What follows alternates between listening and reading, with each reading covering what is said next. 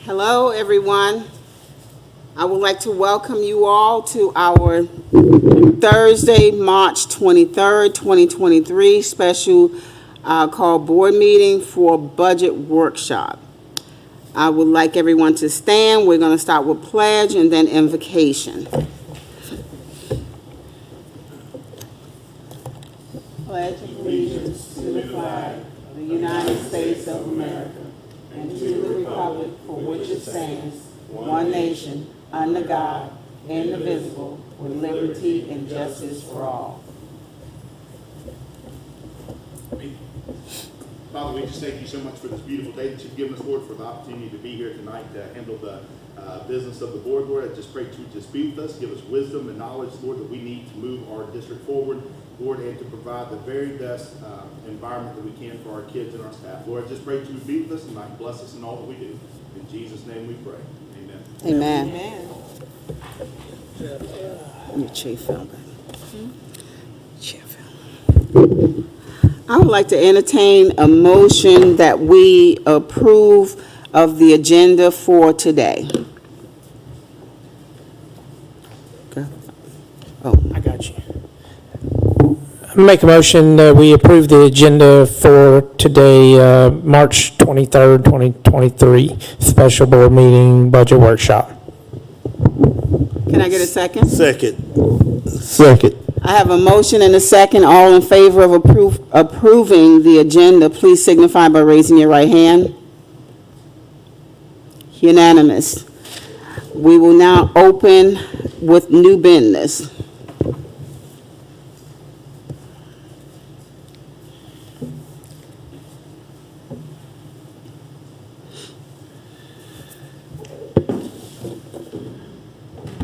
Good evening, everyone. Good Is this evening. on? Okay. I promise you I'm not going to hold you here all night, okay? I'm just going to explain, I know some new board members, how the budget work session normally works.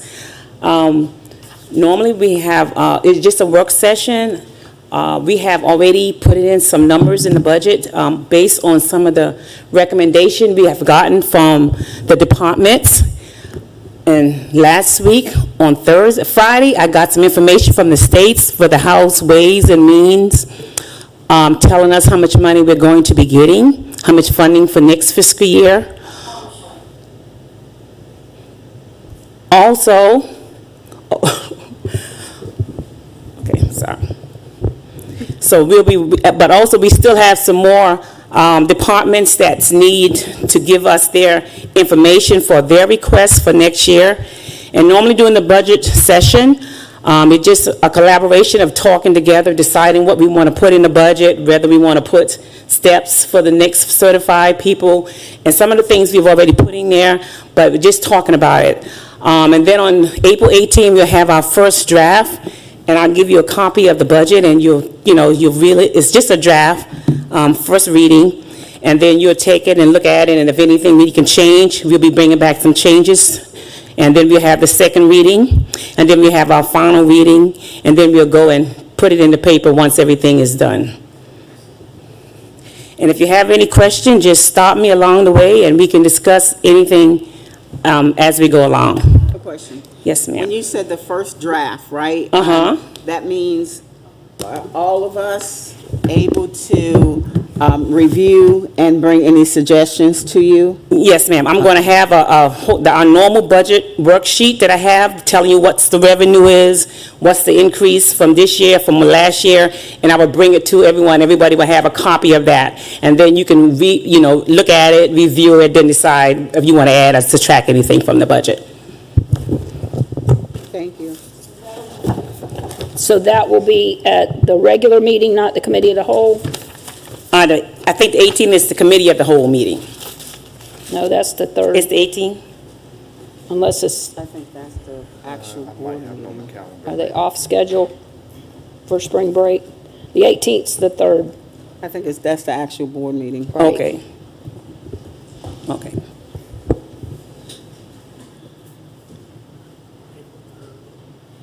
The 18th.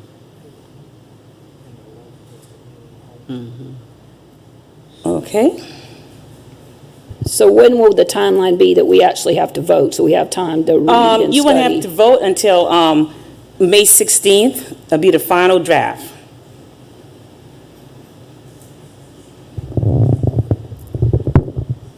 Hopefully that we'll get all of the information we need. Like last year, if we didn't get our information from the state until June 22nd. And we didn't have a adopted budget until July the 11th because we didn't know what the state was going to do. First, it was going to do the 4,000, then they weren't going to do the 4,000 for the teachers. But I'm thinking this year, they are moving along pretty quickly this year. So we probably won't have that problem at all. So that's our budget calendar, but if you have any questions about it, just let me know. And but that's a calendar that so far we're going to be going with. Yes, we have to do a continuing resolution. We have to work with the old budget until we can be able to pass a new budget. Ms. Ramona, just because I'm new at this, Yes. Mm-hmm. Will there be another work session like this before the 18th, or the 18th will be the next thing that we? Right. Normally, we only have one work session unless you all need another work session, but the 18th will be when I give you the first draft, and with the draft, it's going to be all the revenues that we got, comparison from this year to last year, all the expenses comparison, and then, you take it home, you look at it, and then you let me know if anything we might need to add to the And then will we have another work session between the first and the final, or no? This is No. the only Right. work session? Okay. Thank you. You're welcome. Okay. Okay. Here is the legislative budget schedule. Just to let you know, this is what we're working with within their budget. So hopefully our budget coincide where we can have a final and adopted budget by May 16th. So that's their schedule for next year, for this year. Okay. Okay, our 23-year, we have some goals for the budget. And our first goal for 23-24, Mr. Irvin, you always say, bring a balanced budget. Okay, so it's a balanced budget. We want to make sure we have a balanced budget. We want to maximize available millage in order to be competitive in teacher salaries. We want to continue to identify ESSA position need in general fund after funds are exhausted. We want to maintain a general fund balance over the state required amount of 8.33%. And we want to maintain the board's long-term goal of unassigned general fund balance equal to 2 months of operating expenditures, which is about $8 million. That's what our goal is. Okay, the historical fund balance. If you look from 2016, we've always had very low fund balances. Now our fund balance has gone and increased from 2016 to 2022, and I remember when we had fund balances below, it was really hard. We had to use a TAN in order for us to be able to pay the bills from one month to the next. We even had to decide which bill we had to pay. So it was good. So now we are in a good place because, as I said, we only collect taxes from the county. We get them from, well, March would be our last collection for property taxes, but we're still having delinquent taxes, which is not very much. We have vehicle taxes and various other taxes like that. It'll still be coming in. But the bulk of our taxes are property taxes, and as of March, we won't be getting any more taxes until the next year when they start collecting taxes, and that's normally around a little August, maybe, I say around October, September, October, when we start collecting again. So the money that we have in fund balance, it carry us through, because normally the state give us about $2.4 million a month, and after that $2.4 million, we have to make up the other $4 million in expense, so we have to use the fund balance to carry us over until we get the money from the county taxes again. Any question about that?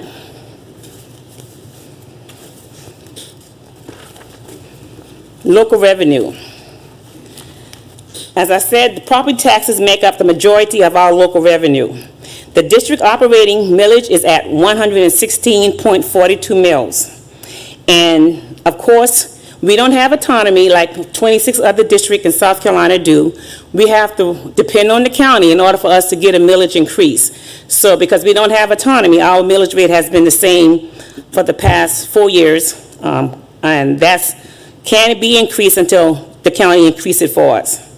The South Carolina Department of Revenue give us a letter every year telling us how much we can go up to the cap and how much we can ask for to the county in millage increase. And the last time we got a letter was April 12, 2022, and the maximum rate limitation was 4.7%. And we didn't go to the county and ask for that money for last fiscal year, so which is this fiscal year, so we didn't get that max. Do we need to ask for a millage increase this year in order to balance the budget? Well, yes, sir. It's always good to ask, but let me go over everything, and then we'll see. Okay, the historical operating millage. Fiscal year 14, we was at 104.31. In 15, it was the same thing. 16, we had a millage increase. In 19, we had a millage increase. In 20, we had a millage increase. From 20 up until 23, we have not had a millage increase. In fiscal year 24, we don't know whether we're going to have anything or not.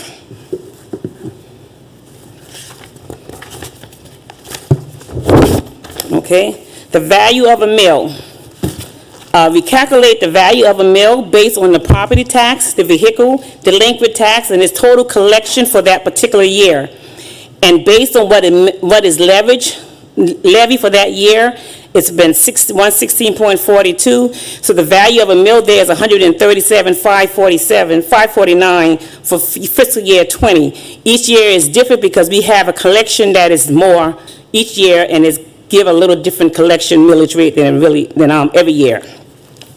And then we have the millage cap, which we got from the Department of Revenue and Affairs, telling us how much we can get for an increase in our millage. In 2021, we could have gotten 2.11 millage, which equate to $289,106. 2022, we could have got 1.3 millage, which equate to $195,934. 2023, which is just a guesstimation on how much money, because I haven't actually got all my taxes yet, but I did a historical rundown on everything and did a formula and came up with $862,996, but we could have received for that year 5.47 millage increase.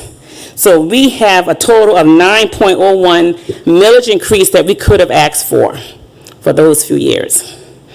The law said that we can get the current millage increase, and then we can ask them for 3 years back. And once the 3 years back, you can't get that past that 3 years back. Any question about that? Tell me how I'm sorry. Tell me how we got the numbers in the very last column of value of a mills, the 862, 696. How do we compute that number? Well, you do the 547. You do that time the value of a mill. The 137.017. Well, actually, it would have been the 5.47, and you look up to that year, tax year 23. It would have been 149. Because it's equivalent to the tax year, the value of a mill for that year. You multiply the millage not received by the value of a mill. So on the bottom chart, in the very last column where it says value of a mill is 137, that's not accurate. You look at the year. Right. In the top. Okay, I got you. I got you. That Thank was you. just the total millage. We could have got $1.3 million. We could have gotten the value of totally for the last few years. And so you're saying now we are eligible to ask for 5.54 mills. We're eligible to ask for the whole 9.01. That's what I meant, 9 point, yeah. Yes. Okay. Thank you. Yes. Okay. And you look at our general fund budget. Local taxes, we would get about 33%. From the state, we get 67%. And the federal is, say, zero because it's so minute, we only get like $75,000. So it doesn't even register on there, but it's on that. And where do our expenditure go? 87% of our funds come from salaries and fringe. Utilities and district insurance is about 6%. The district maintenance contract is 2%. Instructional supplies is 1%. Kelly services is 2%. And looking at our bills now, our Kelly service bill used to be about $30,000, $40,000. Now our weekly bill is about $83,000 a week in Kelly services, weekly. We had like $820,000 that we budgeted last year for Kelly, but we already over that already. So what's that gonna look like based on the numbers now, percentage-wise for the year, do we know? Not yet. We have to, when I finish out the year, we can calculate what it's gonna look like, but it's gonna definitely be over. From 2%. Yes, definitely. Yes. And our school resource officer is very minute, they're less than 1%. And our supporting services are right at 2%. So this is where our money goes in our general fund. And as you can see, most of our expenses are salaries and fringe. An example, Mr. Mayor, of supporting services? These are people like our budget, administration budget, the superintendent budget, fiscal service budget, we support services. Ms. Ramona, before you go on, are we required to use Kelly services, or that's a choice we made? That is a choice that we made. We think we started with Kelly services years ago. It was a long time when we had a problem on trying to find subs, and it was just such a hard time. Our absentee rate was high, and we didn't have anyone in the class. So what the administrator decided to go ahead with our services. So we use Kelly services, and Kelly services is where we do all of our staffing for absentees. I wonder, Ms. Ramona, and I'm not sure if you know this or not, that bill for Kelly services, do we know how much of that goes to Kelly services as opposed to paying for the subs and stuff? Like, are they getting, Right. out of every dollar we give them, are they getting 40% of that dollar? Do we know that? Well, we do have the bill, and we can look at that, because they do break it down about how much their employee get, and how much that we have to pay them to use their employee. If we can do that, I would be very interested to know how much money they're making off of us, and that may kind of guide us going forward. Right. If we can get that number. Okay. Thank you. All right. That's a good point. As a point of information, they just tried to be competitive with the districts around, so they just raised what their employees were making, because we were paying them a little bit lower than what the other substitutes were making. That's a very good point, so that we can point that out. Okay. And then we have mandates that's by the state. Like we have the,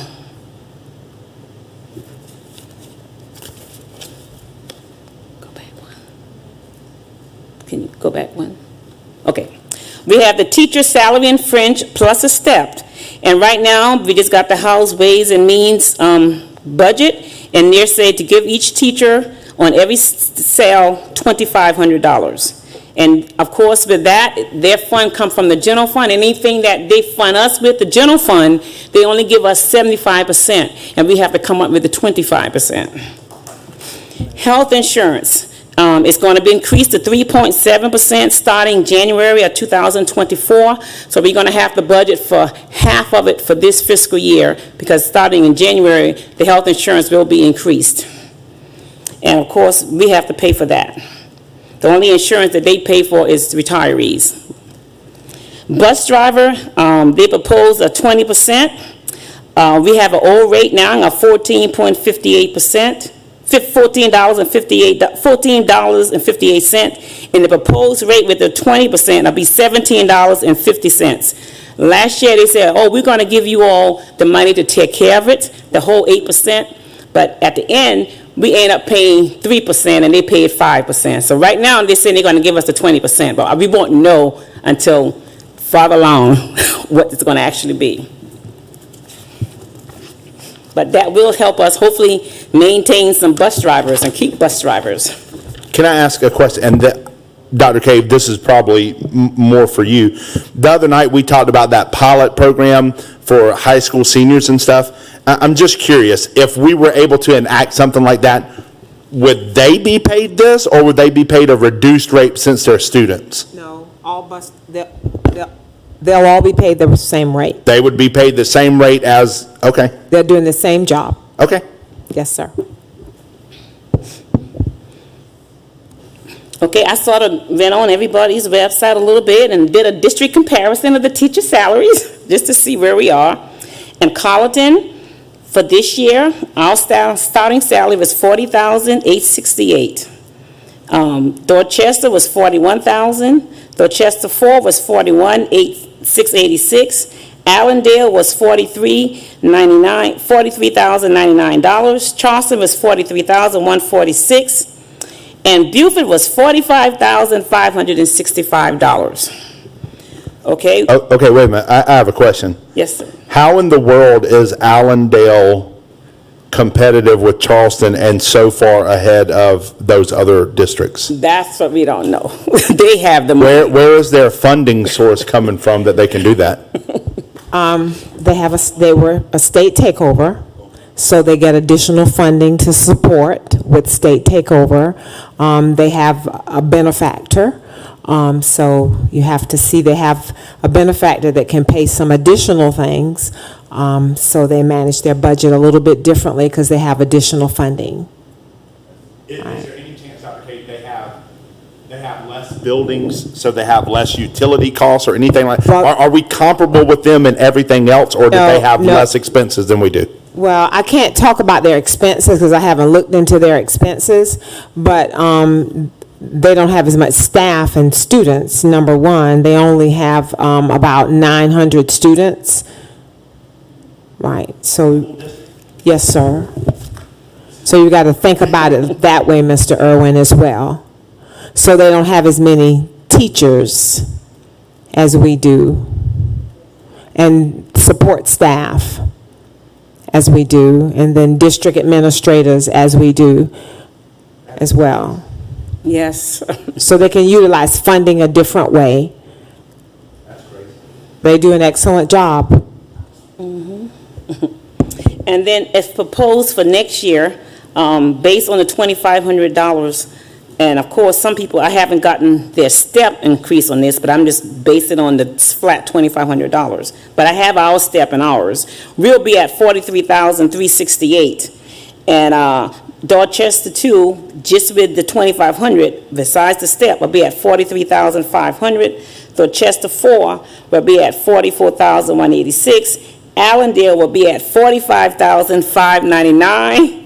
Charleston will be at $45,646. And Beaufort will be at $50,566. And from hearing in the news, I know Charleston has a task force that they're trying to get their salaries for teachers up to $58,000. And I know Beaufort is trying to get theirs up to $50,566. And I went on their website and I pulled some of their data, and they give their teachers a $2,500 locality supplement. That's on top of whatever. They give a $2,500 locality supplement. And you have to remember A also, local locality supplement. their county can fund them, at their highest rate as well, like with the millage. Even though their tax base is much lower than ours in various places, it depends upon what their county gives them as well. Yeah, I mean, I completely understand Charleston and Beaufort. Allendale is absolutely blowing my mind. Yes. But let me ask a question, Ms. Ramona. If we do this proposed, so we go up roughly $3,000 or $2,500. So then does every teacher get that? Every teacher gets the $2,500, every sale, yes. Okay. Every teacher. Okay. So basically, our teachers for the second year in a row will get a nice. A nice increase. Bonus, yes, okay. Yes. Of course, it's the governor's, his goal is to get our teachers by 2026 up to $50,000. That's the governor's goal. Yes. So,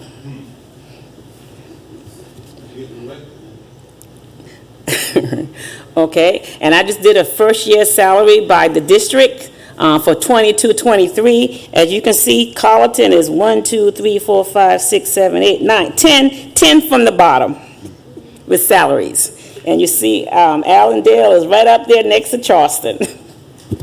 He'll get us to 50, the others will be at 60. Yeah, that's true, because everybody wants to be the number one. And the highest one is Buford. Buford is the highest paying for now for this fiscal year. Why Newberry and Orangeburg is below us? Well, they're, Newberry and Orangeburg, I don't know why Orangeburg would be below us, because they got a lot of industries over there, but the other one, I guess it's just smaller district. I admit Newberry, Kershaw. Hampton, of course, they're just right at the $40,000. Those other, they're just at the, yeah. Mm-hmm. Mm-hmm.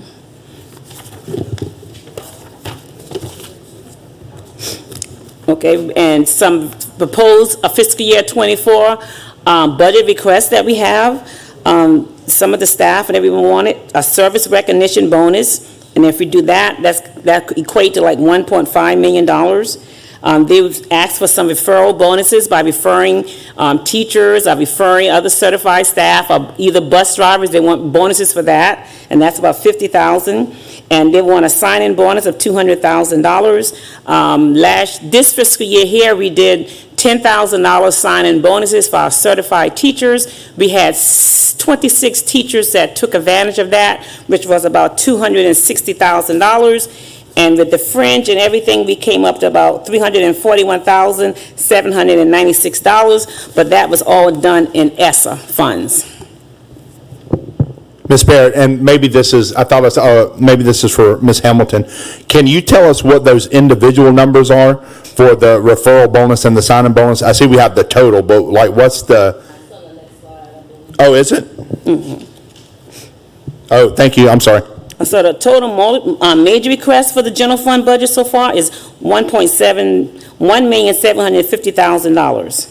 And also we have a position request, Assistant Director of Human Resource for Educational Effectiveness, Recruitment and Retention. And the proposed salary for that will be from $85,000 to $105,000. That's a repurposed position. Repurposed position. It's a repurposed position, preferably. We're not requesting a new position. We're going to take a position already existing and repurpose it. A position already in HR or a position somewhere else in district office? Somewhere else. Okay. Existing money, that's why it's not included here in the $1,750,000. So in that proposed salary, Dr. Cave, none of that is new? No, sir. Okay. We're planning. It depends, it's contingent upon other stuff. Okay, so we're pulling somebody out of another department that's already making in this range anyway. Possible. And just putting them in human resources. It'll be like a domino effect. It's based upon other stuff, Mr. Irwin. I got you. And this is basically to give Ms. Hamilton some help as far as the teacher recruitment and retention and stuff. I got you. And she can explain exactly what this person will be doing. Sure. Specifically. HR is so involved, and so the teacher effectiveness piece or the educator effectiveness piece is something that needs to be monitored closely because it involves teacher certification. And we've been working tediously this year to ensure that we are in compliance with what the state requires of our certified staff. And I will say that it has taken up a lot of my time and has taken me away from other things that I need to be overseeing. Of course, with the state of education, we need someone who is consistently and constantly planning recruitment and morale things to retain our educators. Because I believe that retention is the most effective way of recruiting. That's just my personal opinion or professional opinion. But having that additional person would then allow me to do the other HR-related things without taking so much time, just to focus on compliance and recruitment and retention.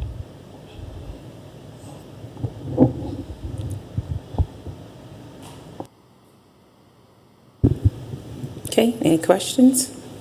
Okay.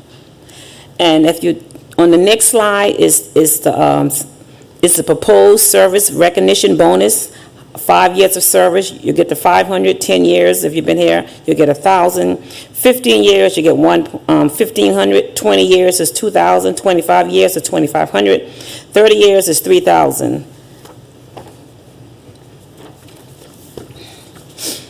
And then I'd like to ask a question. I'd like to know what you think about this service recognition bonus plan. What are your thoughts about what you think about that? I don't necessarily have a problem with the service recognition. The only issue I have is maybe the 5-year service. I don't necessarily. I mean, 5 years of service is almost like you're just getting your feet wet in the job. Maybe starting it at 10 would be more of a, that might save us for however many we would be paying for $500. I don't mind a 10, 10, 20, 30, even a 25. So my only issue would maybe be take one off at least. And I would start with the 5-year. But I do think that, listen, I'll be the first one to tell them, and I'm good with that. 5 years. The rationale, I guess, is we try to align it with renewal cycles. So, once they're up for renewal, and it's at the 5th year mark for most, and I do think that those teachers who come in and give us that time, I kind of think that they should be rewarded. That's my opinion. But Depends of service in an organization start at 5 years. Usually you don't get anything for 3 years. I think our investment cycle ends at 2. It goes up. And only because of, being short on teachers and limited on money, I would say cut the 5 years off. If we were overflowing money, I'd say great idea, 5, 10, 15, wonderful. But just to try to save just a little bit, that would be the only thing I would suggest. That's just my opinion, is the 5-year service. I really wanted to see what your thoughts were about the recognition. but as of now, they're not getting anything, correct? No, as of now, they're not getting anything. This is a plan. Sure. That we can build in service recognition. So what about a compromise? So what about a compromise and say, if 5 years, as Ms. Hamilton says, that is an important mark, why don't we lower it to 200 or 250? So we give them something, but it's not quite 500. Just a thought. Mr. Murdoch. When you cut it to 250, after taxes, they really don't have a whole lot. And if 5 years is when they're up for reevaluation, if that's what I'm hearing, they might leave us. Is this pre-tax or is this post-tax? We just talked about It would be our desire for it to be post. Sure. So it would still be 250, so they would get 3 something over 250. But I don't want to lose a teacher over $250. Well, I agree, but right now they're not getting anything. Right, and to Mr. Murdoch's point, I do believe that we would end up losing that subgroup of teachers, the younger population of teachers. We potentially, it's not a guarantee, but it's potential there. But you do have to look at too, if the governor succeeds in his plan, by the time we get to 5 years of service, they're going to be making way more than $500. So, I mean, you got to kind of weigh that in there as well. But then we also have to consider competitiveness, other district in the Be area. competitive without them. Yeah. Ms. Hey, if we don't want to send our student to them, so we have to keep ours and keep it moving. Ms. Hamilton, how are you able to keep up with the referral bonus? We are brainstorming a process for that, but it won't be hard. We're brainstorming. I'm just not ready to disclose those details just yet because I don't want the public to hold me to it, because it may change. But we have some ideas brainstormed that I'll be sharing with you guys once they are finalized. I'd like to say that over the last 2 years, everyone in the district, every employee received a bonus that was full-time or part-time. So going back to nothing for a 5-year, I would say, or even 250, I think it's going to be hard.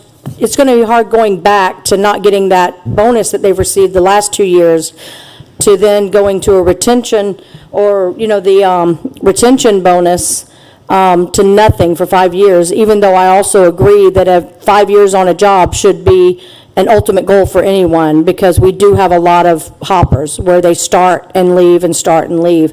So 5 years should be the standard, no matter whether there's a bonus or not, but going back from 2 years of getting a bonus for everyone, it's going to be hard not to give something. But again, in fairness, they're fixing to get a $2,500 raise just off the get-go. So, I mean, listen, if it was up to me, we would give everybody a $5,000 bonus. But the facts are, we still have to help Ms. Ramona to figure out a way to balance the budget and meet all of these other needs. So, I mean, if we cut the recognitions in half and that saves us X amount of money that we need, I just think we need to be open to that. I don't know that we need to be stuck on, we're doing right by our teachers as best we can just by trying to make sure that we continue to give these raises. And it's not like we don't want to give them anything, but I just think we need to make sure that the numbers are going to work. I definitely agree with that. The only question I would have is, do we have a projected, number for how many teachers could potentially be at the 5-year to 10 to 15? So we could see an actual number as to how much would come out of the Right. budget. And I'm gonna try to include that in my April board report. Okay. So that you guys can see the breakdown. And I think that would make a big difference as well. If there's only 5 teachers that are eligible for 5 years, then maybe I'd be a little more swayed. We're saying teachers, but it's a service, Sure, everybody. Yeah. Which, I may be misspeaking when I say teachers, but anyway, if I could see those numbers, maybe I would be more swayed to accept that. Yeah. If it wasn't a huge chunk of money. Another thing we need to look at is if we have the money to do it, no matter what. Right. Gotta make sure we balance the budget. That's what we talked about. We don't want Ms. Ramona to get any Okay. And then we need to consider, if we do it, are we going to continue to do it? Because if we do it 1 year, right, continue, can't go back. That's true. Every year service, cutting it every year in half, or just the first year? I think they were just the first year was what he suggested. Well, my thing was, we just need to be open, right? Like, if instead of $1,000 In the budget, we can make $750 work. Well, $750 is still a nice chunk of change to get, When would these come out? Would they be at the end of the year? I mean, they get that bonus and then get to go on summer vacation? No. So generally what we do is have them work till December. They'll get some in December and then the other half in June. So yeah, we're gonna give them a Christmas bonus to go out and spend for Christmas gifts. That'd be awesome. I'd be happy, even if it wasn't $500, right? Wouldn't everybody in here be happy to get $250 to go spend on Christmas? I mean, that'd be a good thing.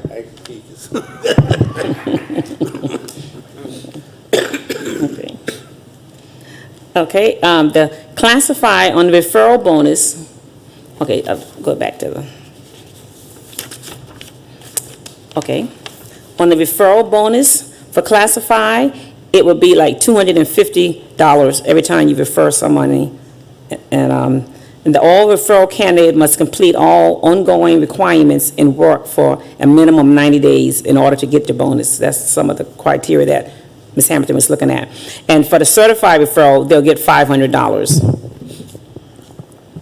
Ms. Hamilton, can I just ask a question?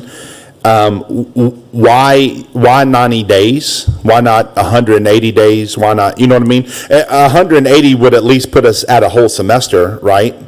Whereas 90 days, they would. I got you. I see what you're saying. But, I mean, can't we do more than 90 so they don't come and work 3 months and then quit, or no? Sure. I mean, I'm open.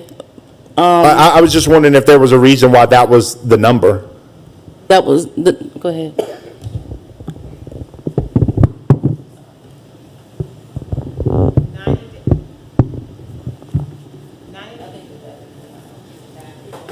Days normally is the time that determines whether or not you've been effective or not on a job, so we normally kind of align. So you're looking that. at whether or not we want to keep them, Yeah, not whether or not they want to leave. Right. I got you. Whether I they're got gonna you. stay with us or whether I got you. we're gonna That makes sense. service. Okay. The signing bonuses for fiscal year 23, 24 for bus drivers and bus monitors is $1,000, and for certified staff will be $5,000. Like I said earlier, we had 26 staff that fell into the category this year, and that was 26 staff that got $10,000, but all of this was paid out of ESSA funds, and that's like total with fringe and everything came up to $341,796. And The reason why we're not asking for classified staff, signing bonus, do we not have an issue getting classified people? Generally not. Okay. okay, and you see there's the bonus eligibility requirement at the bottom. And you must hold an eligible initial or professional certificate. You must agree to serve throughout the duration of the school year. Cannot be a member of a sponsored organization, and must not separate less than for 3 years. You got to work for 3 years to get the complete bonus. Okay, for our facility and budget implications for 23-24, what we know. We know this discipline data indicates that the need for alternative school, K-12, public input and work session indicate that the desire for an alternative school, K-12, so we know this, they want to have a desire. But what if we had Northside becomes a K-4 to 12, second grade, and Forest Hill becomes a third grade to sixth grade? Blackstreet becomes an alternative educational setting for K-12. So the 22-23 staffing for the alternative school right now, CAS, is you have 4 teachers and 5.5 support staff. And with the facility study and staff and implication for 2023, we will need a total of certified allocation would be 12, and classified allocation would be 5.5, with a total staff allocation of 17.5. Any question? Okay, so far what we have in the budget, it's just a budget, projected budget. We have an increase, a step increase for classified employees, because you remember one time we were like years behind on classified, and last year before we finally caught up, that we got a step increase for them. I have a step increase and $2,500 added to each cell on the teacher scale. 20% increase for bus drivers, retention bonus and incentives, rollover of position that were included in ESSA funds, roll-up of 3 revenue into the state aid to classroom. What that means is that normally every year, the state give us a projection when the House and give us a projection of what we're going to pass for the revenues, and they tell us what they're going to keep in a certain funding source, and they tell us what they're going to roll up into another funding source. So this year, normally we would get 100% from student health and fitness, for the nurses and the career specialists. And that totals $730,905 with fringe. So what they did this year, they roll it up into the state aid. So now that's going to be coming into our general fund. So now they're going to pay us 75% and we have to get 25%. So that's what's also been rolled up into the general fund. And by looking at a projected budget right now, we have a deficit, when we do the budget, of $4,078,000. 4 million, is what we're starting on. Do we get a copy of that? Yes, y'all will get that on the first reading, yes. So we don't get it before April the 15th? Well, reason why you don't get it yet, because we're still working, on a lot of things. But you definitely will get it, but you have time to review, look at, and, and everything after on that. Any questions about that? And then right now, any budget priorities for fiscal year '24 that y'all want to see in the budget? Any priorities that you want us to?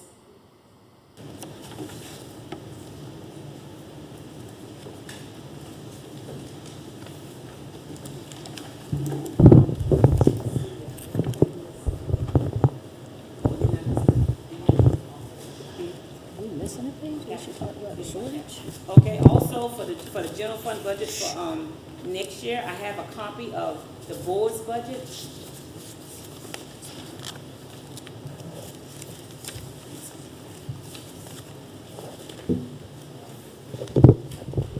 Thank you so much. I don't know why this thing is going off. I have a copy of the board's budget.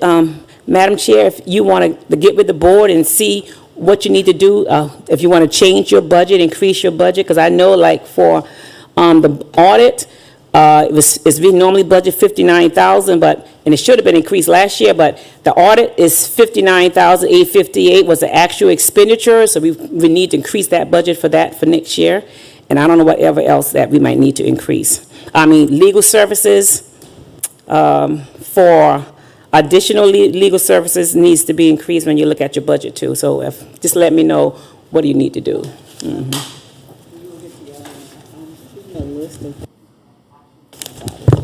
Okay, yes. That we are requiring. Well, I'll give you a list of all your Where? budgeted. Where it said board travel, that's showing how much travel you did, or that just showing what was allotted? That's not really the number, but that's what we allotted for everybody.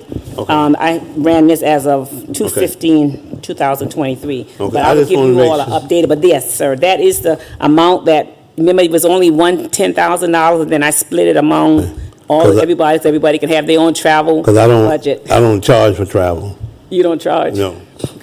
But that also includes the hotel room and all. Yes, for the sir. conference. That's not your travel, that's. Yeah, that's everything, your professional development, everything that you do for that hotel, everything. So that's what we allocated out to be, so everyone can have their own travel budget. So, Madam Chair, you just let me know when you get together, how do you want me to handle that? Okay, So I guess if you guys have any questions, you can just submit me the information, and then I can get with you on it. okay. Oh, I got you. Okay, and also, I want to go over the capital project budget, but I want Ms. Dr. Vanessa Reed to come over and explain the ESSA funds, because that all ties, all the funds, federal funds, all that ties together, and it helps make our general fund balance. Give it to her, and we can work on it. Ms. Ramona, before you leave the podium, just a quick question. When we ma'am. look at balancing the budget, how will the board be involved in that, knowing that the large ticket items you mentioned are salary and fringe, utilities, district maintenance, just to name the top four? How are we involved in that process? Well, in order to balance the budget this year, we have to use fund balance. We have to get the money from fund balance. And the board have to approve any money that comes from fund balance. For 23-24? Yes, 23-24. So the process doesn't involve negotiation before we make a Yes, decision to use the fund balance? No. So the process is that the superintendent recommends to the board the budget and where we make the recommendations from. So I work with the team, I work with Ms. Barrett, and we've been working with the schools. So how we started is we work with each one of the schools for their capital projects and to go through all of their budget to see what their recommendations are. When that process is done, then I spend a lot of time with Ms. Barrett, with Ms. Hamilton, and with the other departments to see where we are in terms of what the budget should look like and what the needs are. That's where we are now. We're recommending what it should look like right now where we are, where those possible funding sources could come from, and where those pots of money exist for us to be able to balance the budget. They're very limited pots of money where where we can use to balance the budget. We only have fund balance to be able to use. You'll hear Dr. Reed come up in a few moments to give you some information about Title I in terms of where we can put some positions, ESSA where we can put some positions, where we have another fund. I think you gave me a copy. Title II, where we use Title II, where we can use immigrant, those various things that we use to put some budget items in. So there are very few pots of money where we are able to use to balance the budget. One of the reasons that we find ourselves where we are, I'll go back historically. There used to be almost 8,000 children in the district. Then we declined to about 7,200 students in the district. But one thing we never did in our school district was to right-size our district in terms of staffing. So we are where we find ourselves because we have staffing, but we don't have our students at this point. So to be able to right-size the district, we have to be able to do it by attrition, retirees, and various types of things like that. We have an enormous amount of staffing that we currently have in our ESSA funding. So it's going to be left up to us as a group to determine how we are able to balance that budget if we're not going to look for a millage increase and those types of things. So negotiation, we can go back and forth in terms of how we find those pots of money. Open to that wonderful discussion to see how we can possibly make it happen. But I wanted to give you a little history about how that worked. Here's my concern. Yes, sir. Our enrollment has dropped significantly. Yes. Last year, if I'm not mistaken, Ms. Ramona, please correct me if I'm wrong, was the largest budget that our district has ever had, correct? The largest, Budget? well, yes. And so now, with not adding more students or anything, we're going from our largest budget ever to now asking for almost another $5 million on top of that. I don't see how we can, I don't see how we can do that. I don't understand how we can add another $4.5 million on top of the largest budget that we've ever had while we're losing children and still have this looming threat of a charter school coming, which may mean we may lose even more people. I totally understand. I totally understand. Some of the things that we have to be able to increase are unfunded mandates that we have to increase, the step increase, some of those things. But some of the requests that we're putting in are coming because of requests made from us trying to work on retention and recruitment, those types of things. So those are just requests that can be taken out of the budget by all means. But what we do is we give you every single request that is made. It doesn't mean that that's going to go through. Well, I think Right. that was Ms. Stroke's Part of the comment about negotiating. Yes, most definitely. I would not, I would agree. I would not look forward, Ms. Barrett, to you coming to the board and say, hey, let's add another $4.5 million. I would hope we could find some ways to kind of, as they say, trim the fat a little bit and maybe go to our schools and say, hey, we understand this and this and this is needed, but let's stretch this over a 2 or 3 year period instead of asking for it all at once, and let's see if we can trim that number. Totally understood. We give you every request that's made so that you see it. $2 million of that, that's in the general fund now, is salaries and fringe that was in ESSER. And in fiscal year 20, we were at like $1.6 million. But because of ESSER, we had a continuing resolution, so we didn't have to worry about balance the budget that year. In fiscal year '21, we had ESSER fund to balance the budget. So this problem has been rolling over and over for the last few years. And because we have not got a millage increase since 2000 and, almost 20, it's just continued to roll, and we did a salary study. We brought everybody to the classifier. They were behind several years of steps, so we had to bring everybody up, and all of that just increased the budget. Can we get a list of those positions that were funded by ESSER? Oh, yes, but yes, Dr. Reed's going to tell you. She's going to tell you about it now. Well, I mean, yeah, okay, good evening, board members. What you will want to turn to is the sheet. It's a staple 2 sheets that has federal funds, activity / personnel. Okay, and it has the number of positions that were funded by the various grants in federal funds. Doesn't have persons' names, just the number of positions and how we're moving forward.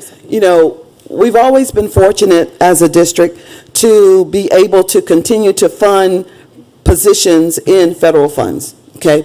Especially some of our larger pots. What you're seeing are the federal funds that are handled through the Office of Federal Programs, but there are some other positions that are under, let's say, Ms. Strobel, like under Career and Technology Education, or under the Individuals for Disabilities Act, which will be the Office of the Exceptional Learning, and also Office of Kate. But what you see there is in OFP. So you see first the larger amount, which is Title I. We've been pretty fortunate. Our amounts for Title I have pretty much remained the same. What we try to do is make sure we maintain 28 positions at the various school sites that are served by Title I. You see them on the sheet. And what we also try to do is make sure we have that elasticity within the budget so that when we get those unfunded mandates like the $2,500 and that sort of thing, we can absorb those in Title I. Okay, so you see there that there are 28 positions that are funded under Title I. The rest of the funds go toward materials, supplies, all those things that support the education program at those school sites. In Title II, we fund 4 positions at the middle school.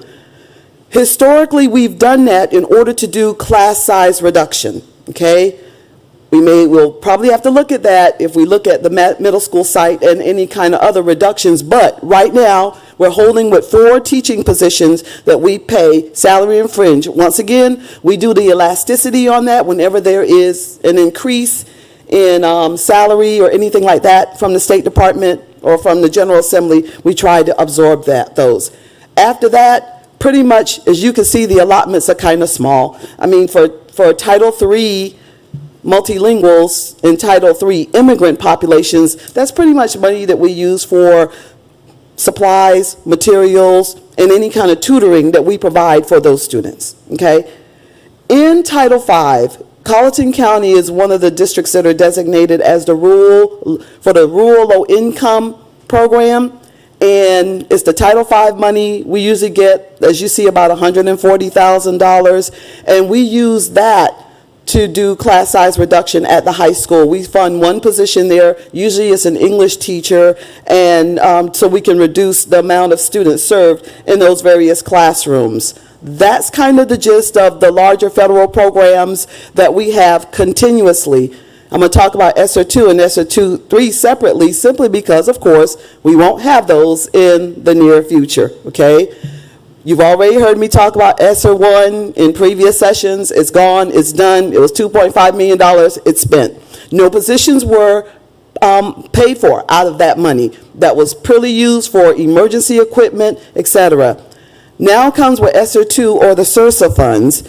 There are only 2 positions that were placed in that particular funding pot, and they were placed there because we were targeting positions to help with what began as the Congress's recognition of trying to us to get back open, back to in-person learning, and addressing learning loss. That's why those positions were like having a district social worker and and MTSS, which is multi-tiered systems of support. That also helped to underscore the state law for those particular activities. We are down to 10% in terms of spending those funds. We're down to about a little over $600,000. We're getting those bad boys out the door, those dollars out the door by September 30th of this year, okay? Now ESSER 3 is kicking in, and we have some expenditures with ESSER 3 as well, and that's where you will talk about, where Ms. Barrett was talking about, that there are 34 positions that are in the ESSER 3 funds. There are 34 of them. We plan on, at this time, maintaining 11 positions in that funding source. Those, you see the list there, those are the 6 content specialists who are addressing specifically learning loss, because in that particular funding pot, we had to rake out 20% for learning loss. It's for that category. So in that, we have 6 positions. There are the 2 social workers that are in that, that are going to be continued, the 2 mental health counselors that we're paying for, because we're addressing social, emotional, and learning issues among our students. Of course, effects from the pandemic and so on. And then we're going to keep maintaining 1 adult education instructor at the adult education site. The rest of the position, the remaining 23, the plan is to return them to general fund, where that budget will now pick up and sustain the remaining positions. And most of the people in those positions are retirees who are teaching content subjects, math, English, etc. They're retirees and they are dedicated to working for the district, so we're going to be dedicated to ensuring that there's a stable funding source to keep them, okay? As of right now, with the ESSER 3 funds, they're scheduled to run out September 30th, 2024. We have about $17 million left.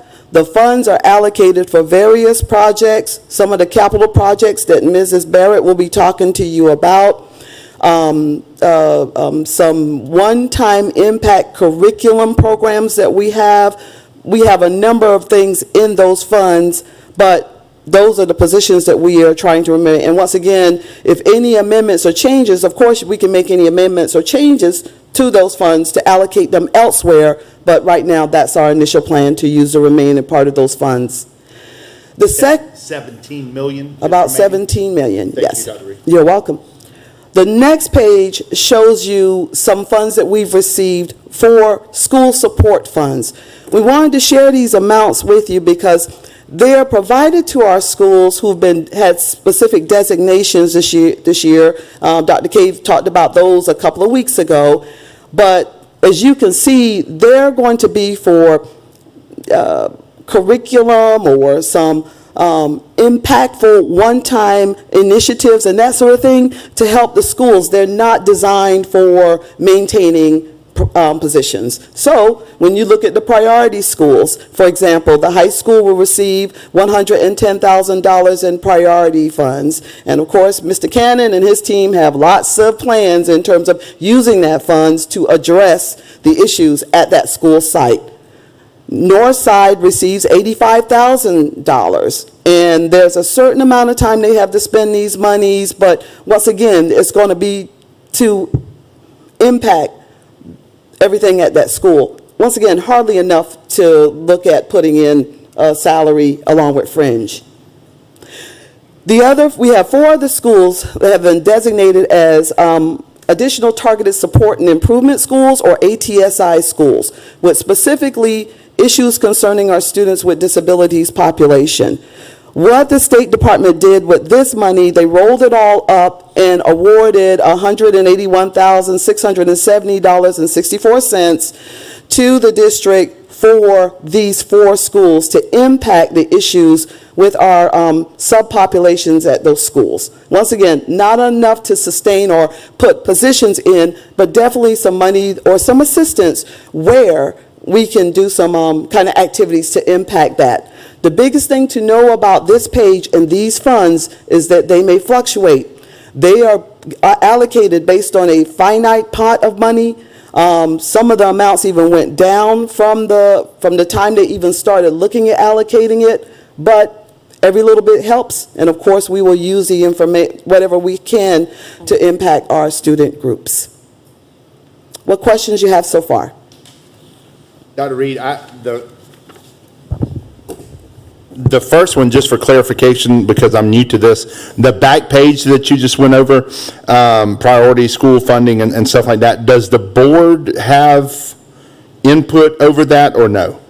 Not historically. No. And the interesting thing is Colleton has not had any ATSI schools. We had priority schools, and a lot of the, I'm sorry. Did you want to, I'm sorry, Dr. Cave, did you want, okay. Okay. When the priority funds and other funds started being issued 3 years ago, when the accountability model started, the emphasis was on getting the school-based teams to come up with the kind of interventions to impact that site. And at that time, as you remember, we had 4 schools that were priority schools. They are no longer priority schools. The interventions work there. In this particular cycle, it's sort of like the same thing, but no, these funds haven't been bought for board input and approval, and I don't think it's the same with these, so. Okay. The 34 positions that were funded this year by ESSER, who can get me a list of what those positions are? Myself and Mrs. Barrett. Okay, so if we can provide that to the board, Yes. Is it in the folders? No, I don't think so. where, Ms. Hamilton? I don't, no, ma'am. No, that's only the 11 positions. Those are What are the other 23? Teachers. That's all retired teachers, and we're pushing those back to the general fund. Okay. All right. The 17 million that's remaining for ESSER 3, Dr. Reed, we have already submitted a plan to spend that money? Oh, yes. Because we had to do that a long time ago, right? Yes, sir. But those plans are amendable. Yes, sir. They are. Until when? Up until we spend the last dollar. So even though we're done, we lose it all in September 30th of '24, there is no deadline. We could potentially change our plans in September the 15th, as long as we can make sure it's spent in 15 days. First of all, we're not going to lose any. That's right. But what we try to do is submit amendments at least maybe once every month or once every quarter as we're keeping up with our spending and we make any changes.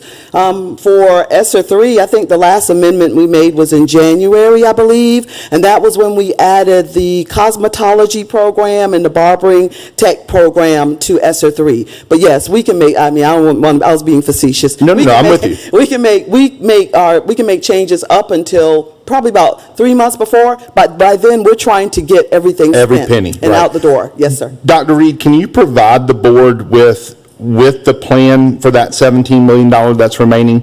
Kind of where that money is so far allocated for or whatever? Sure, I can provide you with the most up-to-date revised plan, but what I also have provided you with is the ESSER plan that's on the website. That's the initial general plan that we have. The first one that we submitted. Where we got the public input, and then we have the most recent one. I can get that to you. Thank you. Absolutely. Thank you, Dr. Reed. You're welcome. One of the Title I at the top, the 28 positions, not names or anything, but can you give me an example of what those positions are? Absolutely. At each of the Title I schools, we fund the position of the instructional facilitator. So the instructional facilitator at each of those schools. Then we try to fund teaching positions as well. Sometimes it might be a kindergarten teacher, first grade teacher, second grade teacher, etc.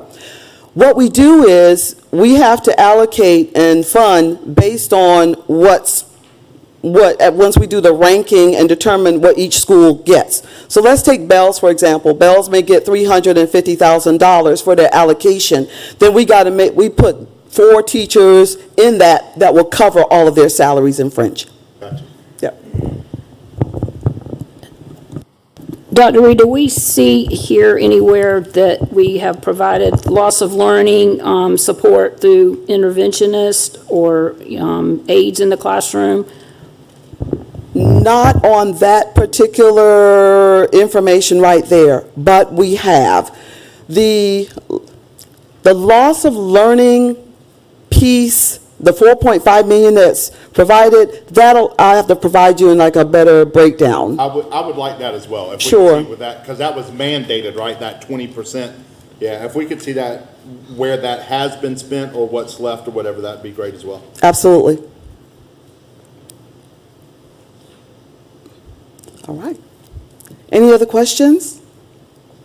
All right, I'm gonna turn it back over to Ms. Barrett. She'll you, talk about. Dr. Reed. You're welcome.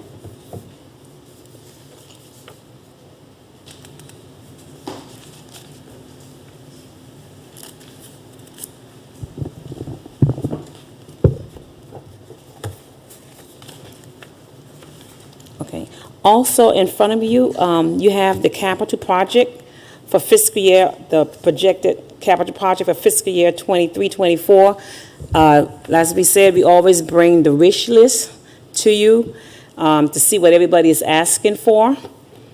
Are these the same things, they're just done differently? Yes, one is just, this is a list of all, everything at one.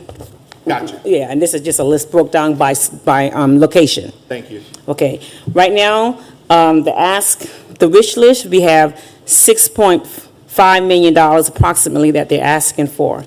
And right now, in unbudgeted capital projects, we have $2.9 million. So we have 2.9 that we can spend. Mm-hmm. And they're asking for 6.5. Yes, sir. And I left my request on. Will your request be coming?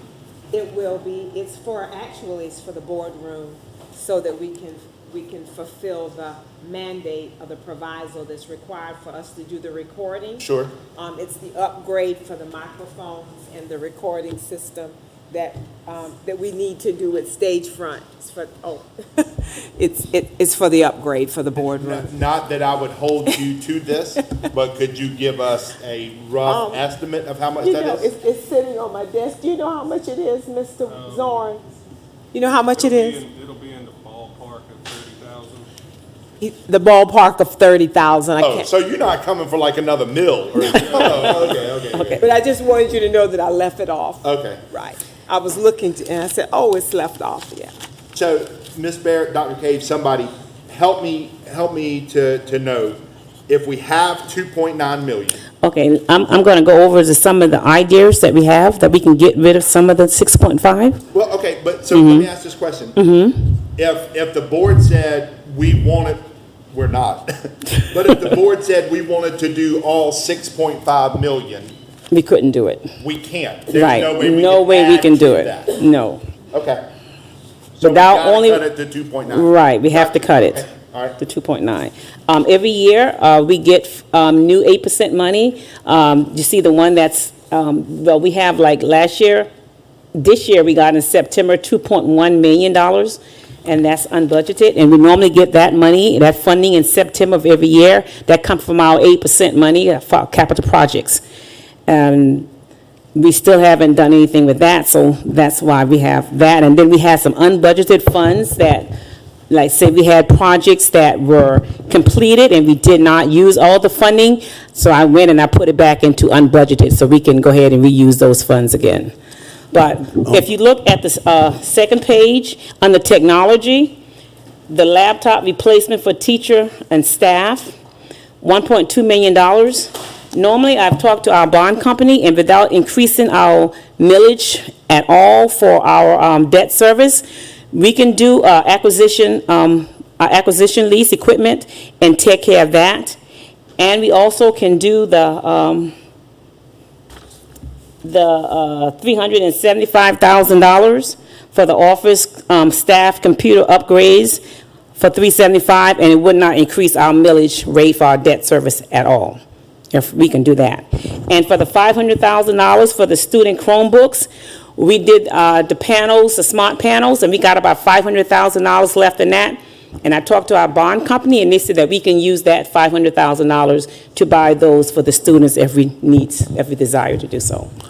Ms. Barrett, Yes, sir. don't y'all, go to the principals and strike out the wish list before y'all come back to us with it?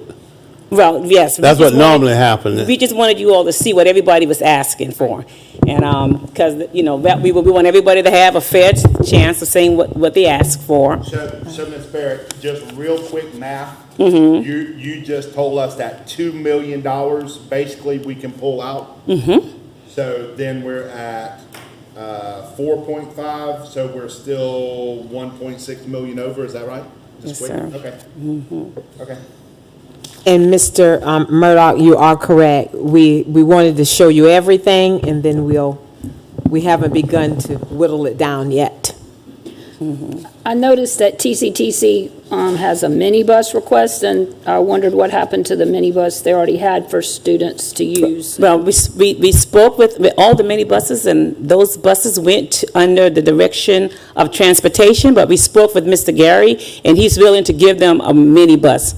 So we're going to see if that will, you know, if that will be effective for them. He's going to give them back a minibus for them to maintain.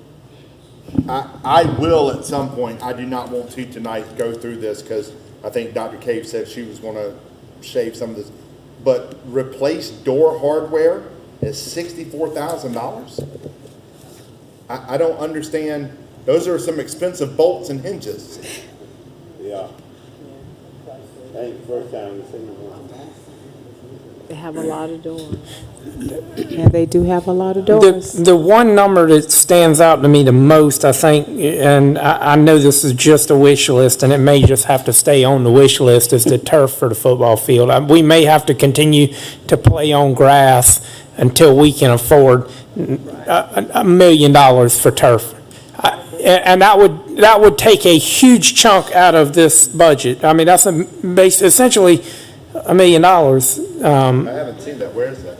It's under athletics. Turf for the athletic. $900,000 for turf for the football I field. told you it was a wish. Yeah, no, definitely. But I think just that number alone would really help get the budget back where it needed to be. Yeah, which page is that one? That's the very last page. And $124,000 for sand and recoat the gym floor at the high school, is that really a need?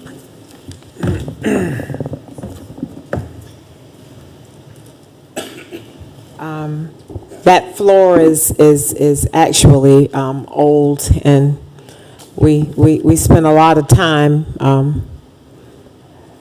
working on that floor. The janitor spent an enormous amount of time working on the floor. I'm sorry, I'm sorry. Right. Yeah. Right. Children have fallen already, slid down on it, when we have people that come in and play basketball games. So if we don't do something in a little while, it's going to be a hazard, a safety hazard, potentially.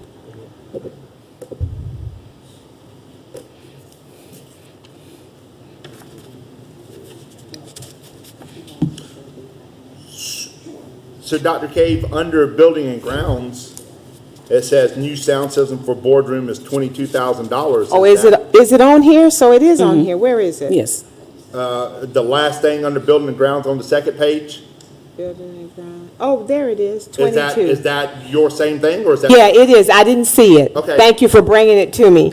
I think that's it, but I think we got a new quote, so it's almost there. Yeah. It's Yeah. what, it's almost what? Yeah, I think it's a little bit more than that. Okay. Yes, because we just got a new quote in, yes. Thank you because I was looking for it, so it is on there. So I don't have anything else to add. The wireless intercom system the middle school's asking for, is that something the high school? Please tell me where you are, Miss. Tell me where you are, Miss Strobel, so I can look. What page? The first page, way down, middle school. Wireless intercom system for the middle school. Yes, ma'am. What was your question? I just wondered, is that something the high school already has, or is there a reason the middle school needs that for an upgrade, or maybe technology knows? Well, their intercom system is really spotty over at the middle school. You talking about the middle school one? Yeah. It's not a good intercom system at all. Can you speak to it? Yeah. It's really a shaky system. I've been over there often, and sometimes you can't hear on it when they call. They usually do lots of things through the radio system. Is there a Yeah, plan, or calling on the phones. is there a plan I'm missing for middle school playground? We've been working on that. No, there's not anything addressed there because we've been working on it in the current funds we have. Dr. K, what are the RTUs in Hendersonville? First page, middle, says RTU for media center, RTU for PE room, RTU for kitchen.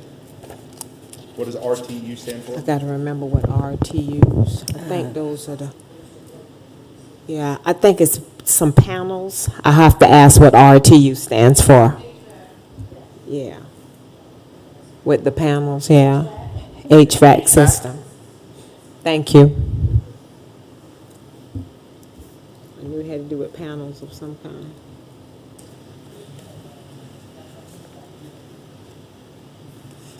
Dr. Cave, now that we have everybody's wish list, Yes.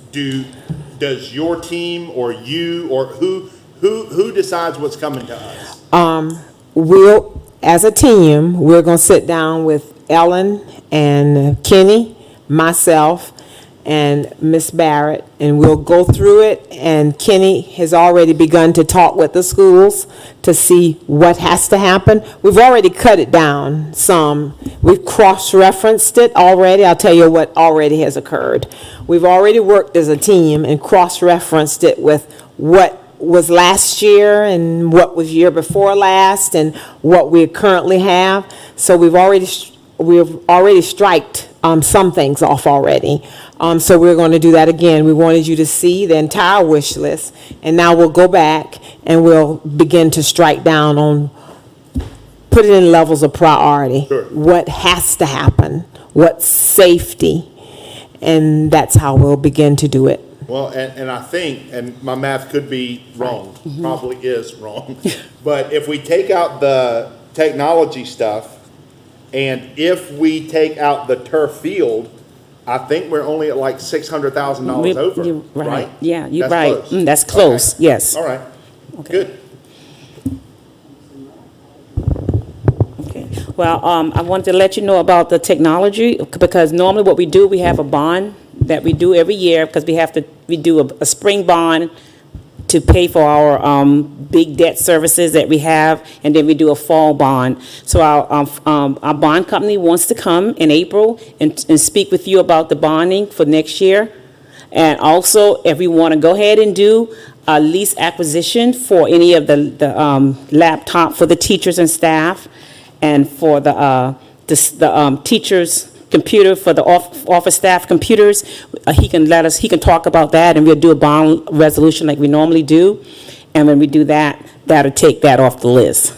But it will not increase any of our millage rate for our debt service fund. But we just have excess capacity in there because we pay our bonds every year, so you get a little bit more money that you can use every year. Gotcha. Have any questions? So if we do ask for a mill increase, it could help our budget go up, correct? That's correct. Okay. Capital projects budget? No, he talking about for the general fund, right? Correct. Correct. Yes. Yeah. Okay. Nothing's going to change capital projects. 2.9 is what we've got. Right. Right, Only that's thing all. we're gonna change is we get more money in September, and it'll be about 2.1 in September of next year. Right. Yeah. So one of y'all who are much smarter than me, explain to me real quick. Where does capital projects money come from, and why is it set and can't increase? Okay, capital project money comes from, when we do all our bond and we have a debt service limit, our debt service limit is 54.4%. And the way it is structured, every year we get money called 8% money that we can do to maintain the building and whatever else we need to do is already structured in that 54.5 millage rate. And because we pay off our debt every year, like you normally pay it down, you have a little bit more money left in there where you can do things. But normally, it's been staying at $2.1 million that we can use every year. And $200,000 of that is already structured to go to technology, so technology can use whatever they need to do for technology. Capital projects is the 8% money? Yes. Got you, okay, thank you. Yes.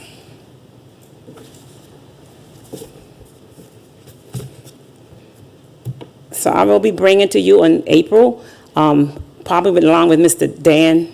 Bob Damon, the resolution, so we can go ahead and get everything done, and we can probably take that off the capital project list. Gotcha. Okay.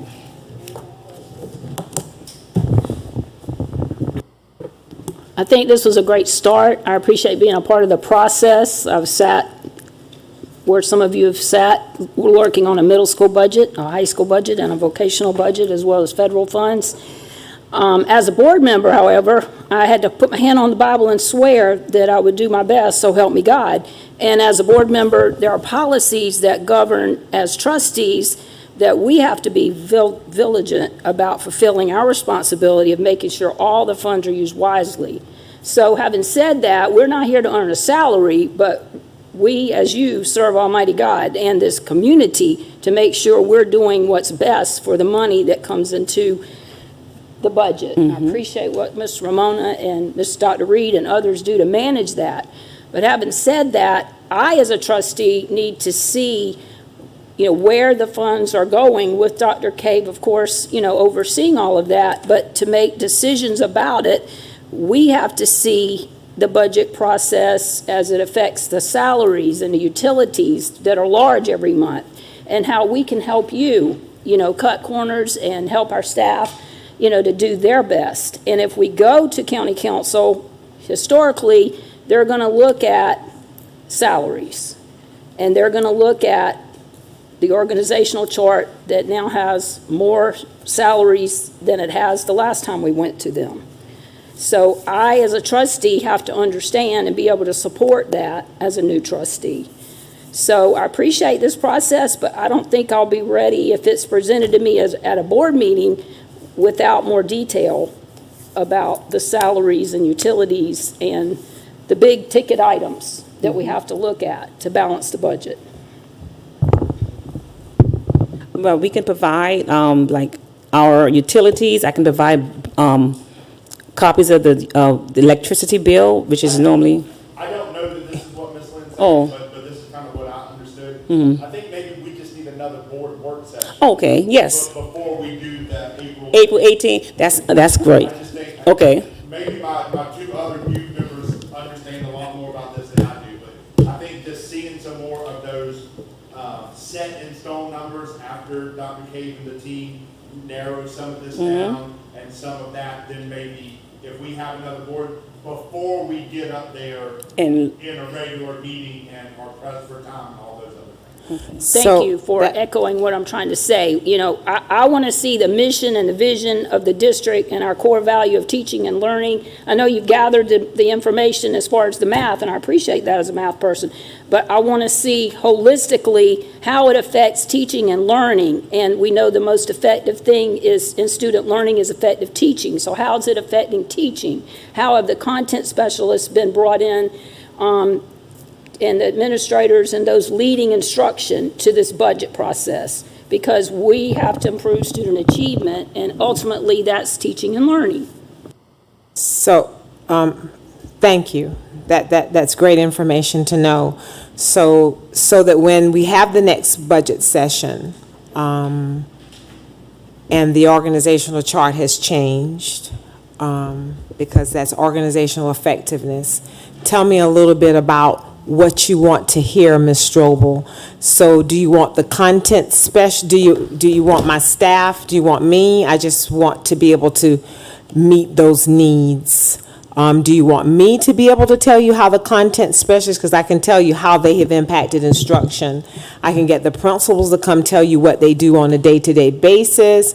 The teachers can tell you how they've impacted instruction. Tell me a little bit about, so we can meet those I'm talking about for the requests. budget process, the approving of the budget. And I'm only one person speaking, but I'm Right. just saying, if I So I were can fulfill that to, if request. I'm not given more information in order to help balance this budget, I feel like the board has to be a part of that oversight. And me as one person, I need to see how the budget is reflecting that we are focused on teaching and learning and helping our staff prepare for our students to do their best.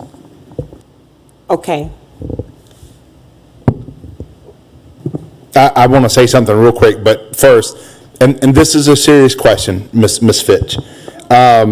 And up at the top for the high school, it says 2 deep fat fryers for $3,000. I thought we were no longer allowed to fry anything.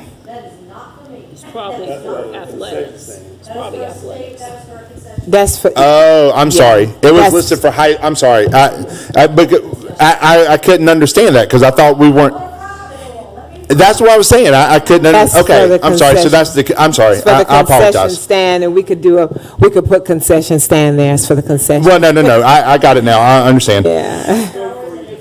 I want to say this real quick because I'm new to this. I'm still trying to figure out my place and everything. But it was my understanding that for the budgeting process, the board sets priorities, right, for what we want the budget to accomplish in the next year. And so as I was kind of preparing for this meeting, I just wrote down 4 things, and I'm very happy to say that one of them, Ms. Hamilton, in her wish list already covered, which was staff incentives and initiatives, right? To make sure that we're doing those things, to help Ms. Hamilton with the recruitment and the sign-in bonuses and those kind of things. This is just me. I don't know how the rest of the board feels, but this is me. I think that should be a priority in our budgeting process. The other 3 things I wrote down were mental health for our students and for our staff. It has been mentioned multiple times by multiple people and in our progressive discipline plans. I think Ms. Tolliver from the high school mentioned, as well as some other principals, that our kids are dealing with so many things, and everybody has experienced loss through COVID and those things. So I really want to make sure, and I know Dr. Reed, I think, mentioned about mental health through federal programs and all. I want to make sure that that's something that's a real priority for our school district moving forward.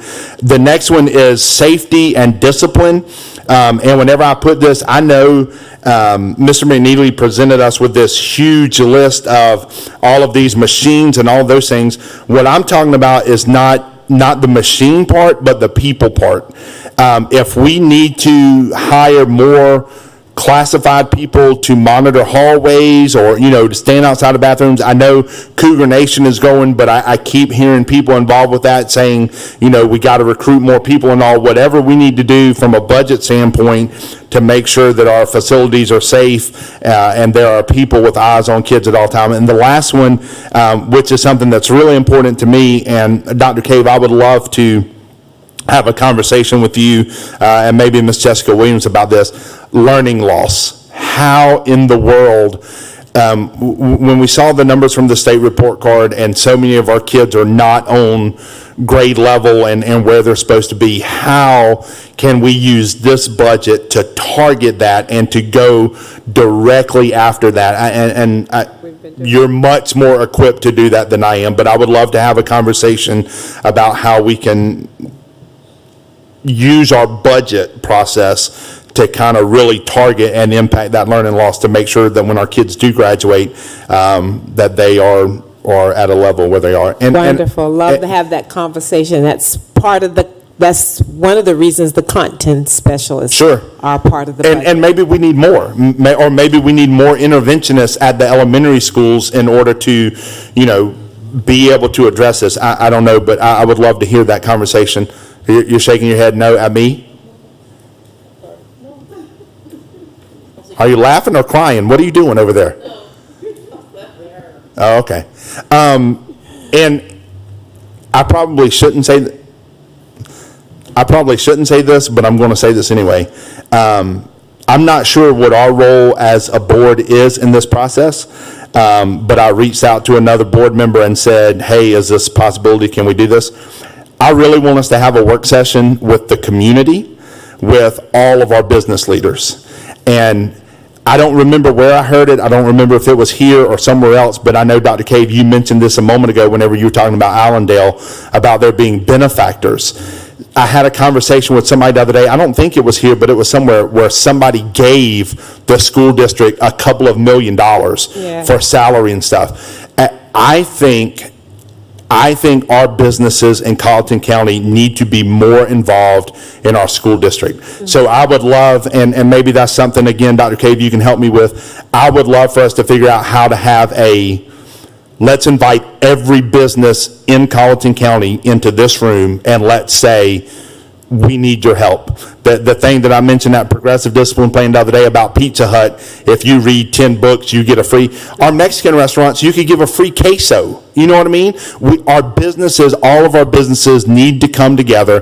They need to support our school district. If Palmetto Rural or Coastal Electric could give us $1 million, then that would help us with our budgeting process, and I think it's time as a community that we call them to the carpet and say, we need your help, we need your support. Even if you're a mom and pop shop, you can give $50 to take care of a student recognition, right? So again, if somehow you can help direct me in that, I would love for us to do that. We have a board policy that provides that. So the lens I'm looking through as a new board member are policy DA and policy DB. And it says, planning involves long-term thought, study, deliberation by the superintendent, the board, administrative staff, faculty, and citizens of the district. So this might be a new thought to some, but I didn't know Darrell was going to say that, but those are the policies I've been reviewing. And then help them see as citizens that we have to go by the mission and goals of our district and what our state says is our profile of the graduate, and that we have guidelines to go by to make sure our students fulfill those. So I'm on board for, let's have a session like that where we can hear how teaching and learning are reflected in this budget. Mr. Irwin, could you clarify for me, just so that in my research I am specific and poignant to what you mean by mental health services for staff? I don't know, Ms. Hamilton. What I do know is if we have staff that need help, that we have that readily available, and I know we do, right? But if I'm not mistaken, it was more of a outside agency that we got in contact with, right? We contract with them. Right, but so is there a way to have people on site? That we can talk about that. Yep. Or is that asking too much? No, it's not asking too much. We do have an employee assistance program that we contract. I'm just trying to see how feasible it is to have a mental, when I came, I brought the idea of the mental health counselors. That's how we have the current mental health counselors we have now for the students. And then How many do we have, Dr. K? we have two mental health counselors. And that we was have two- that funded and we have through- 2 social workers that are funded through ESSA. Through ESSER, Yeah, right. that was part of the spending plan that we had. And then we added the employee assistance program through Aspire. I think it's Aspire. It's Aspire that we have. So having a person on staff to provide mental health counseling other than our psychologist, maybe we could have some conversations about how we could make that look to expand mental health for our employees is what you're looking at? Well, so the 2 mental health workers that are funded through ESSER, are they district employees or is that third party? No, they're our employees. We have 2 So mental are health they available counselors. for students and staff, or are they just for students? They're primarily for students, but if a staff member needs to talk with them, they're welcome to talk with them, but they're Okay. primarily for students. Okay. Our social workers are primarily for students because, they take care of a lot of the mental health as well. So you guys tell me, do we need more?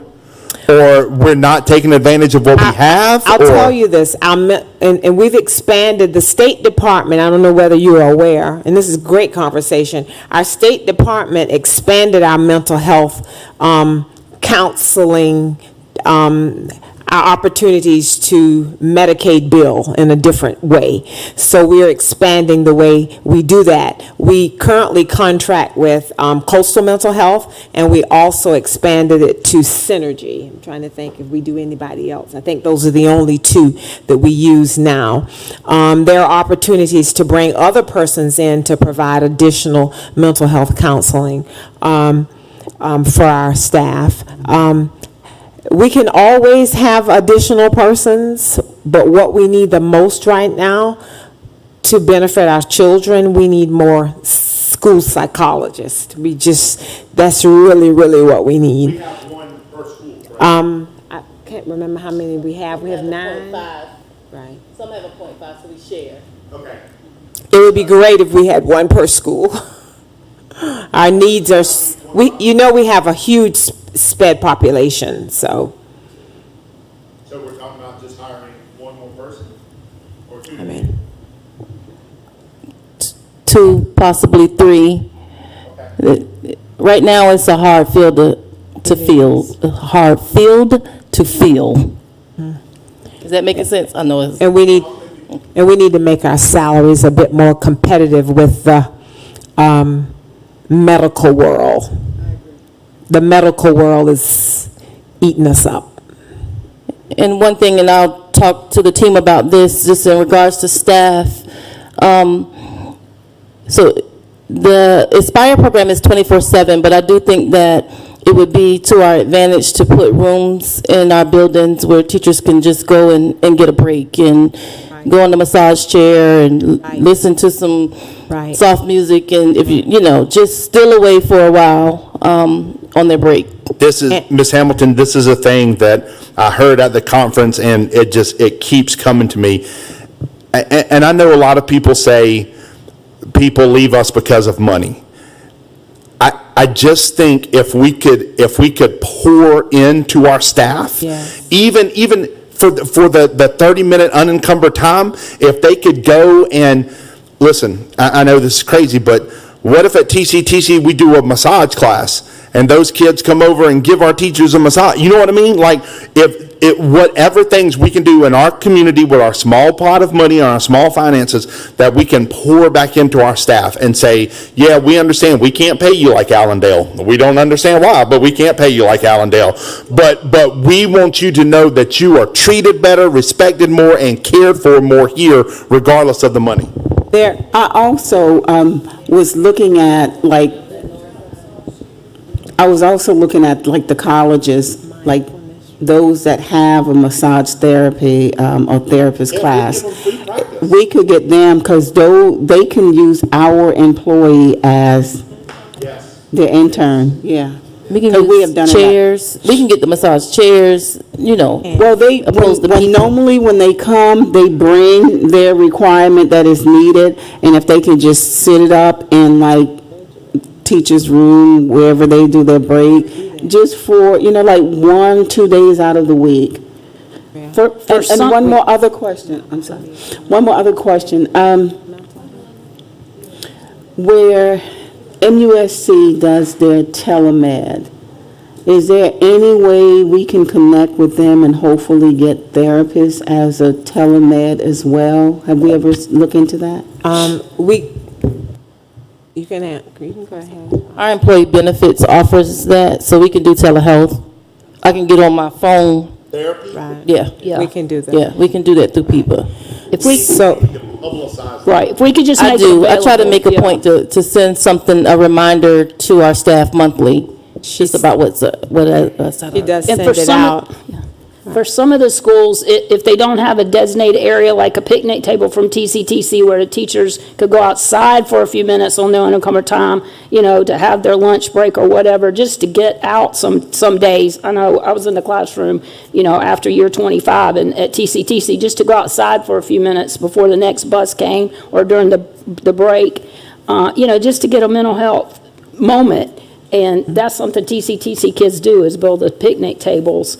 And the other thing, I don't know if our current counselors on staff are able to talk to the adults, but I know when I was a first-year teacher, the counselor was my high school counselor when I came back here to teach in '85. So she, was available for me as a first-year teacher when I needed to talk to her. So we just have to, I can't imagine now for these teachers after COVID, but then, sometimes adults need somebody to talk to too about issues. Our counselors do that. They're able to talk with our adults. I do have an idea that we've been throwing around, is to have some districts. I don't know if the South Carolina districts do it. I can only bring you ideas that we've done before, to have a mental awareness day. I'll tell you where the idea came from. My son was getting ready to go to work, and he had on a pair of shorts. And I said, Francis, it's work day. Where are you going with shorts on?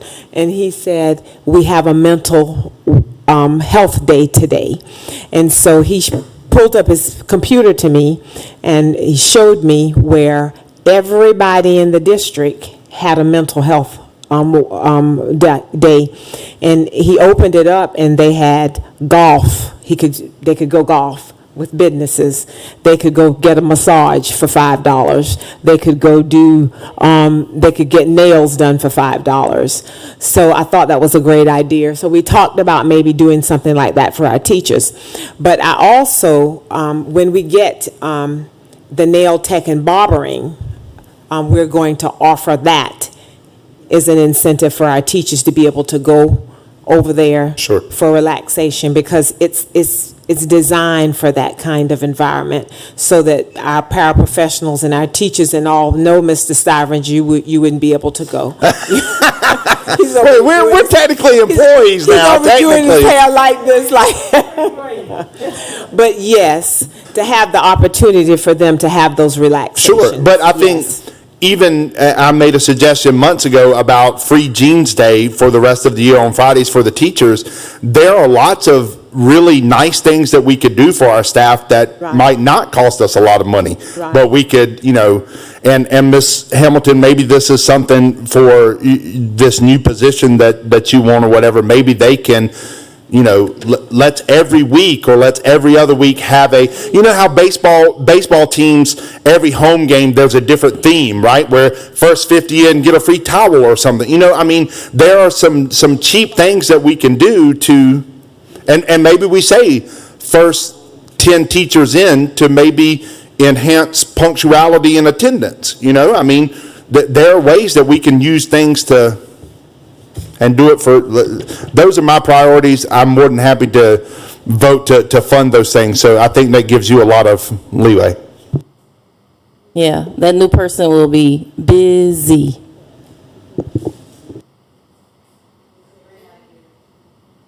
Is there any other discussion? I think this was absolutely wonderful tonight.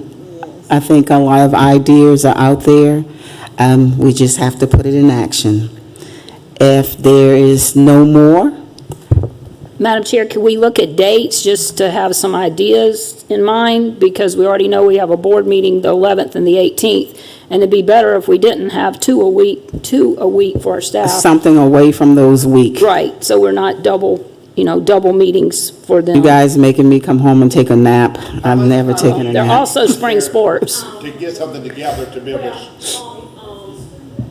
Like, if we do like 18, it's not really approving any budget, we still got until May the 18th to actually approve a budget. It's just a reading, saying we're reading the budget. So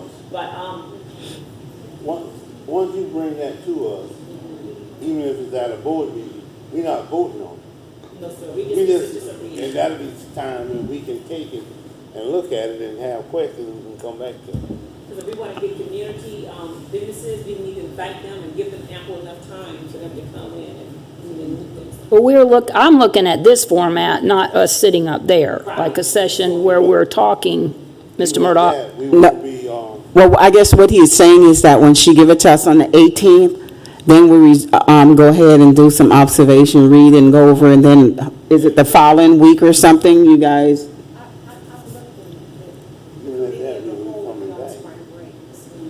Yeah, are those dates right? So you want to not have, No. are you guys, we Those can dates, right? kind of like not have that?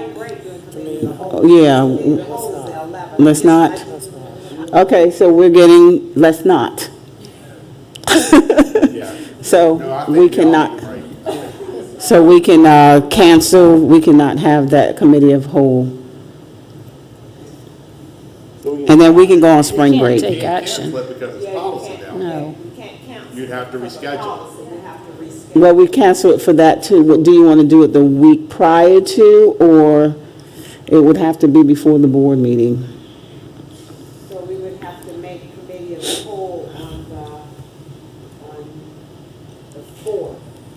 So that would mean we'd skip next week, and then we would have another committee of the whole meeting. On April 4th? Go ahead. You getting ready to say something? Craig? I just have to work with the staff to get the reports. What if we did that, what if we did the 18th and the 25th? You all have to make more action, because you have to vote to make that change. Wo- So you have to have a special call. So that means we gotta have a special called meeting in order to change that. I won't take but 2 seconds, say yes and no, and go out. And I think you can do that virtually. I think you can do it virtually. I have to look at the policy. Okay, so the board, Madam Chair, if the board can maybe come together and try to figure out those dates and then maybe check with the attorneys and see if Dr. Cave is right, if we can do it virtually, shouldn't, I mean, if we can come up with dates ahead of time, it shouldn't take us but a moment or two. I think you might can do the vote virtually, I think, to make the change.